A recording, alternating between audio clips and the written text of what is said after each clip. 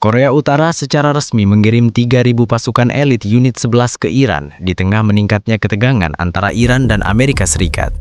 Pengiriman pasukan ini dikonfirmasi oleh sejumlah sumber intelijen kawasan Timur Tengah dan Asia Timur yang menyebut bahwa pasukan tersebut telah tiba secara bertahap melalui jalur udara dan darat sejak beberapa hari terakhir.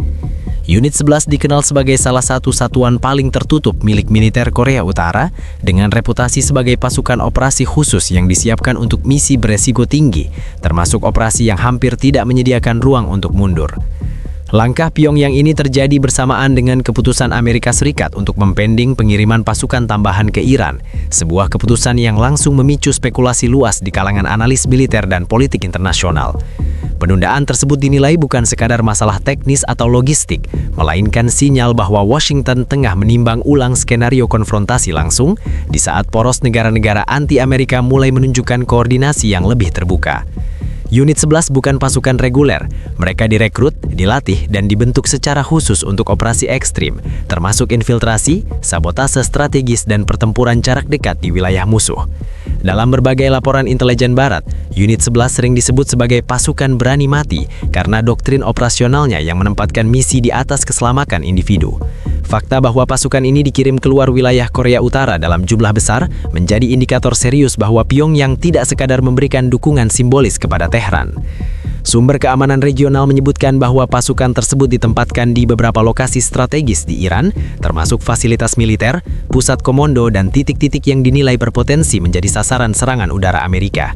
Penempatan ini diduga bertujuan untuk memperkuat pertahanan Iran, sekaligus menciptakan lapisan resiko tambahan bagi Washington jika memutuskan untuk melancarkan serangan langsung. Kehadiran pasukan asing dengan status elit dan doktrin ekstrem secara otomatis mengubah kalkulasi militer di lapangan. Di sisi lain, keputusan Amerika Serikat untuk menunda pengiriman pasukan justru memunculkan pertanyaan besar di kalangan sekutunya sendiri. Biasanya peningkatan ketegangan akan direspons dengan pengerahan kekuatan tambahan sebagai bentuk tekanan. Namun kali ini yang terjadi justru sebaliknya.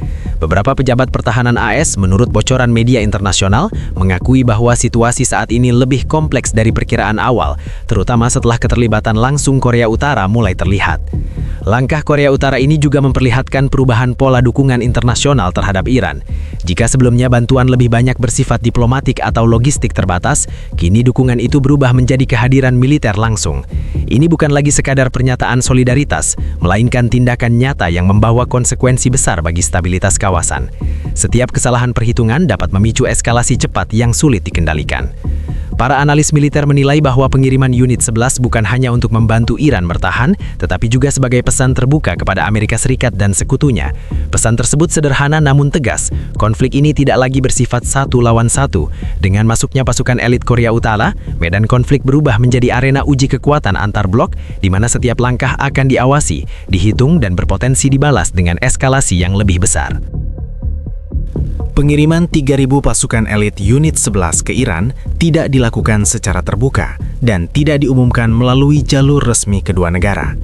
Operasi ini berlangsung tertutup, terstruktur, dan menunjukkan tingkat perencanaan militer yang matang. Berdasarkan informasi yang dihimpun dari sumber keamanan regional, pergerakan pasukan dilakukan dalam beberapa gelombang untuk menghindari deteksi dini dan mengurangi resiko intersepsi oleh intelijen barat.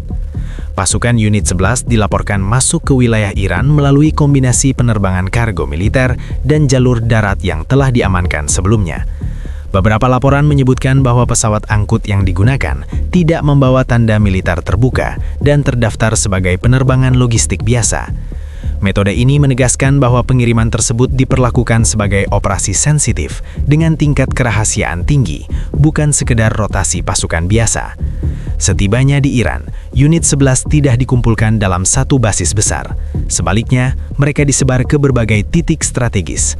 Pola penyebaran ini menunjukkan tujuan defensif sekaligus taktis. Pasukan ditempatkan di sekitar fasilitas militer utama, pusat komunikasi, lokasi penyimpanan senjata, dan wilayah yang dinilai berpotensi menjadi target udara presisi Amerika Serikat. Dengan penyebaran seperti ini, setiap serangan terhadap Iran otomatis akan beresiko melibatkan personil Korea Utara secara langsung.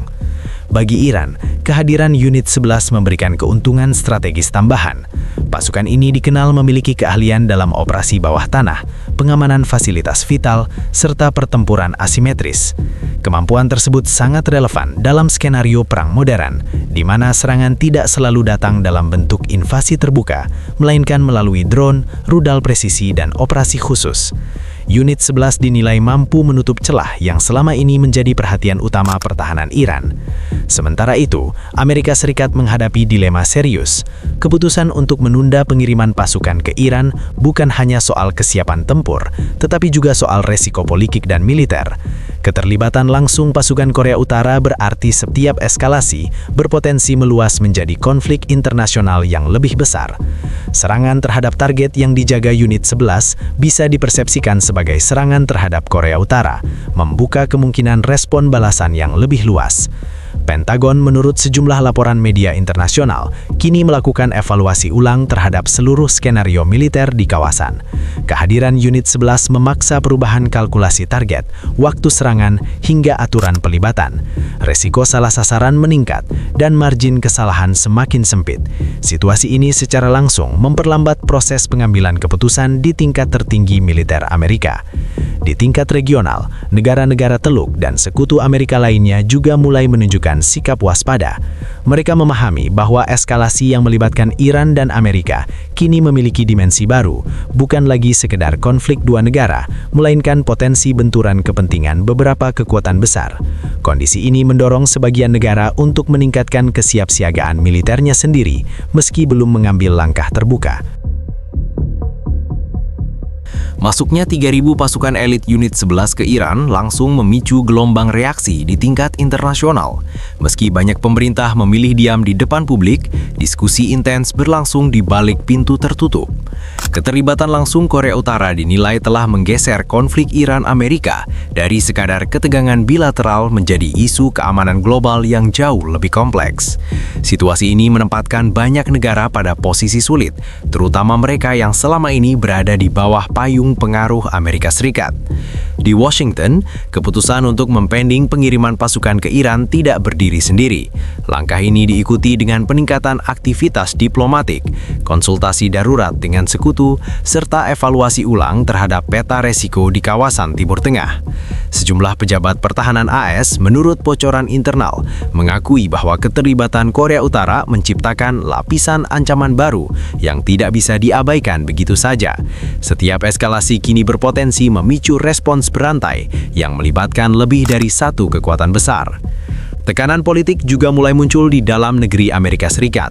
Sebagian anggota parlemen mempertanyakan urgensi pengerahan pasukan di tengah situasi yang semakin rumit.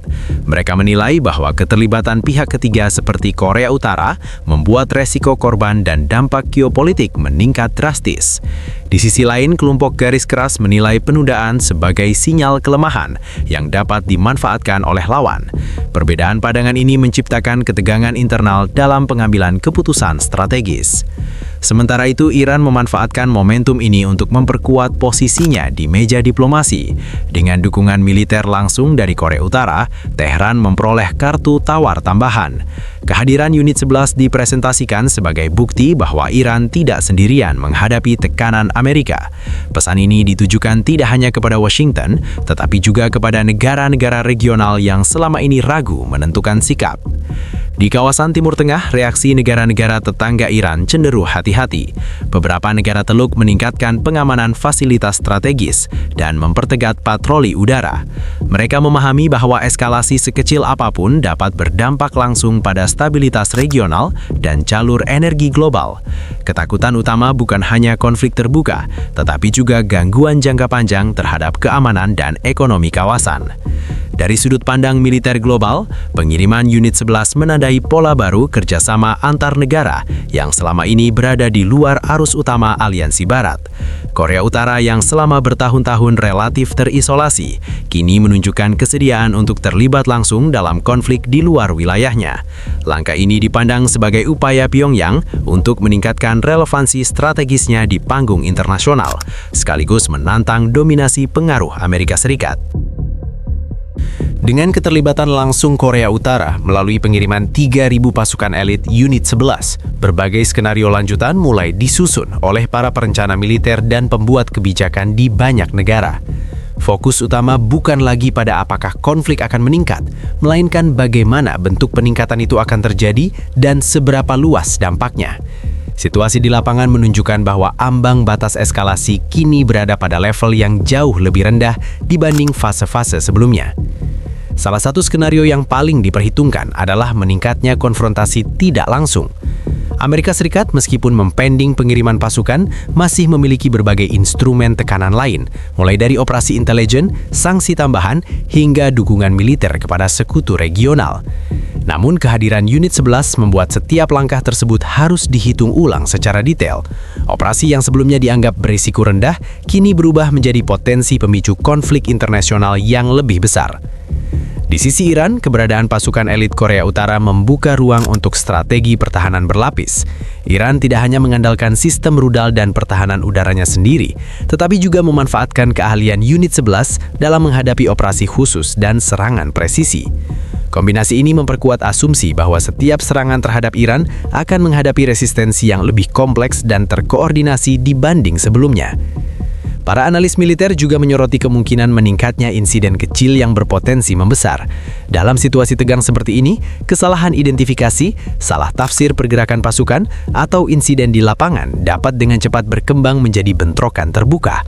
Kehadiran pasukan asing dengan doktrin keras seperti Unit 11 memperkecil ruang kompromi di tingkat taktis, karena respons cepat dan agresif seringkali menjadi bagian dari prosedur standar mereka. Dari perspektif diplomatik, jalur negosiasi menjadi semakin sempit.